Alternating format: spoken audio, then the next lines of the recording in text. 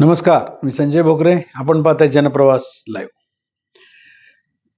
4 मे रोजी निकाल आहेत. पश्चिम बंगालच्या निवडणुकीचे जे निकाल लागणार आहेत त्याच्यावरनं महाराष्ट्रातल्या राजकारणाची समीकरणं बदलणार आहेत असं म्हटलं जातंय.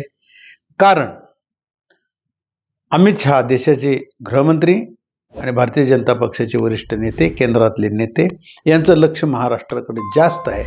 पण पश्चिम बंगालमध्ये त्यांनी पूर्ण लक्ष ठेवलेलं आहे आणि काहीही करून तिथं भारतीय जनता पक्षाची राजवट आणायची ह्या जिद्दीनं आज अमित शहा पश्चिम बंगालमध्ये तळ ठोकून आहेत.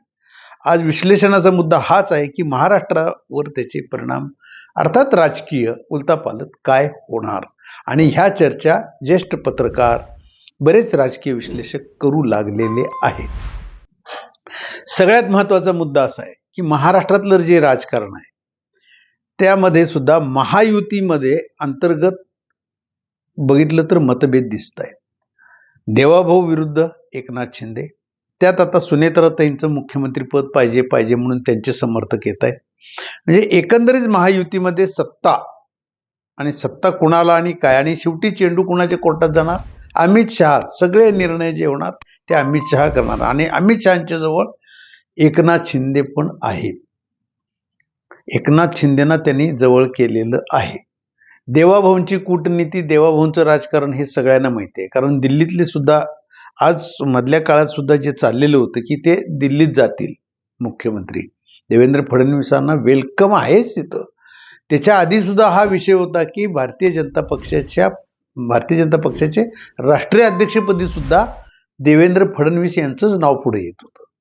परंतु देवेंद्र फडणवीस हे तिकडं न जाता, म्हणजे त्याच्यात काहीतरी झालं असेल पण मुख्यमंत्री पदावरच ते कायम राहणार अशी भूमिका देवाभाऊनीच घेतल्यामुळं कदाचित हे सगळ्या गोष्टी थांबल्या असाव्यात, अशाही चर्चा होते. आता विषय हाही उलथापालथ महाराष्ट्रातल्या राजकारणात काय होणार?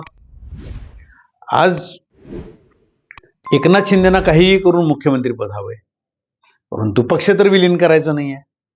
अमित शहाची तर स्पष्ट इच्छा आहे की तुमचा पक्ष विलीन तुम्ही करा, मुख्यमंत्रीपद शेवटच्या काळात तुम्हाला दिलं जाईल. मधल्या काळात अजितदादांना सुद्धा देवाभाऊंची कूटनीती होती की अजितदादा तुम्हाला आपण मुख्यमंत्रीपद शेवटच्या काळात देऊ, तुमचा पक्ष विलीन करा.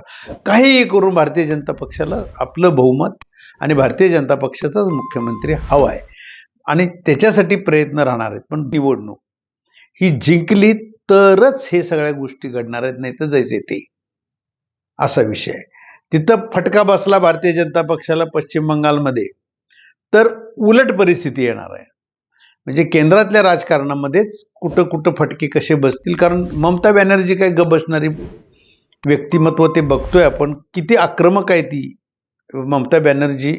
ही महिला किती आक्रमक असू शकते त्याचं एक मूर्तिमंत उदाहरण म्हणजे ममता बॅनर्जी.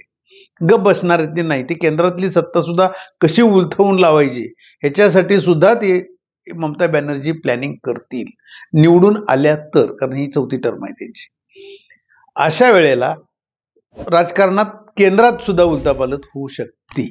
ते निदान प्रयत्न तर होऊ शकतात. भारतीय जनता पक्षाला कुठेतरी साईड पॅक होऊ शकते. आता मुद्दा आहे महाराष्ट्रातला उलथापालथ काय होणार. मुळात आता एकनाथ शिंदेच्यात सुद्धा काही, त्यांच्यात पक्षामध्ये सुद्धा अंतर्गत मतभेद वाढलेले आहेत. अगदी विधान परिषदेची निवडणूक असेल आता होणारी, त्याच्यामध्ये सुद्धा मतभेद चालू झालेले आहेत. मधल्या काळात काही मंत्र्यांचा भ्रष्टाचार, त्याच्यामध्ये मंत्रिमंडळात म्हणजे त्यांचे काही मंत्री बदलायचे, काही मंत्र्यांना डच्चू द्यायचे, हे त्यांच्यामध्ये. तसं अजितदादांच्या पक्षामध्ये सुद्धा तेच आहे. म्हणजे घटक पक्षामध्ये सुद्धा पक्षांतर्गत नाराजीचे सूर उमटताना दिसत आहेत. भारतीय जनता पक्षामध्ये सुद्धा गटबाजी चालू झालेली आहे.